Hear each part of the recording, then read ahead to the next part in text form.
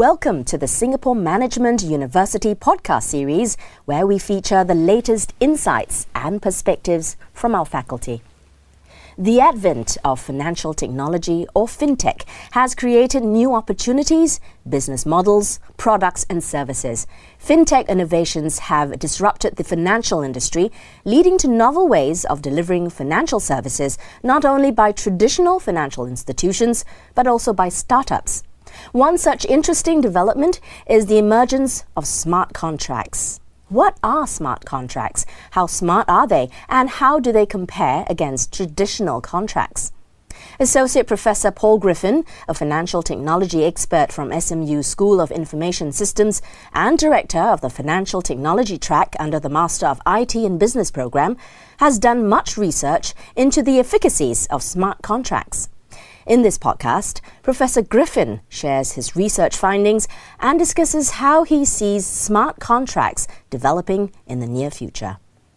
Professor Griffin, what is a smart contract and how useful are they?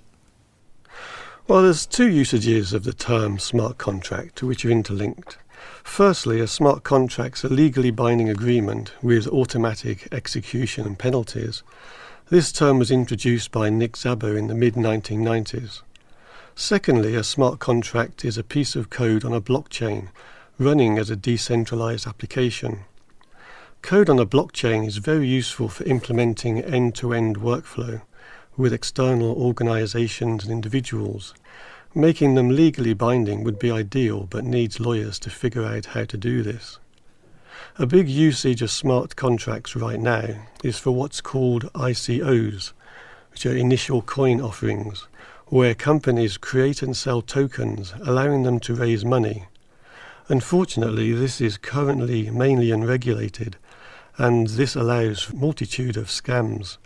Regulators are now taking note of this and responding accordingly. How are smart contracts implemented?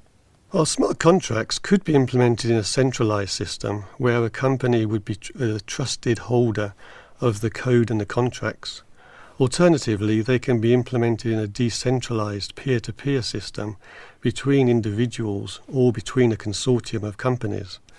Blockchain is such a decentralized system, and Ethereum is an example of such a platform.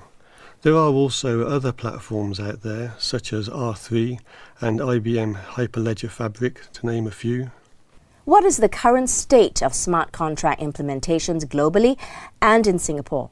Well, globally, there are now over 1.7 million public smart contracts deployed on a platform called Ethereum. Ethereum is similar to Bitcoin, only with Ethereum you can put pieces of code and Ethereum will actually run the code that's been deployed.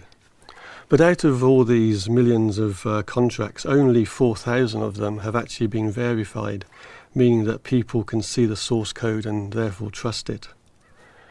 It's hard to judge the level of private smart contract implementations, but there are a number of high-profile applications in Singapore, such as Project Ubin by the Monetary Authority of Singapore. For Project Ubin, the idea is that they'll create a cryptocurrency similar to Bitcoin, but there'll be one electronic Singapore dollar, which is equivalent to the Singapore dollar in your pocket. The end point of the project, though, is to actually allow cross-border settlements with other central banks in other countries. Already Phase 1 has finished earlier this year. This phase was really a feasibility study to see whether the project should continue. That was successfully completed, and now we're in Phase 2A, which is looking at settlements between the banks within Singapore. There are also other projects from innovation centres such as OCBC and DHL, and also smart contract consultancies, including Consensus and Atoris. While there are live production implementations of smart contracts in real estate and shipping, I haven't yet seen a large production, significant smart contract implementation that would start to rival, say, payment systems such as Visa or MasterCard. That's not to say it won't happen, as decentralization is a unique spot for many use cases, and the issues such as handling large volumes and data privacy are being worked out. What needs to be done to ensure good smart contract infrastructure? The first thing is to get a good understanding of what blockchains are, especially the difference between centralized and decentralized systems, and public, private and mixed blockchains. What are the pros and cons, and where to use and not where to use these systems? Next, you need to know how to create good smart contracts to match the business requirements, especially around security and data privacy. Finally, it's critical to design how people and traditional systems will interact with the smart contracts. There must be people in the organisation at this level of understanding to ensure a good smart contract infrastructure. What are the impediments to the adoption of smart contracts? Well, the main impediments at the moment around the technology side to look at the volumes, performance and the data privacy. So these are being worked out. But I think after they've been worked out, then the next level of impediments could be around the legal side, which jurisdictions, how legal it is, what problems will occur, and when a problem does occur with smart contracts, then who's to blame? Is it the person who wrote the smart contract, the platform system?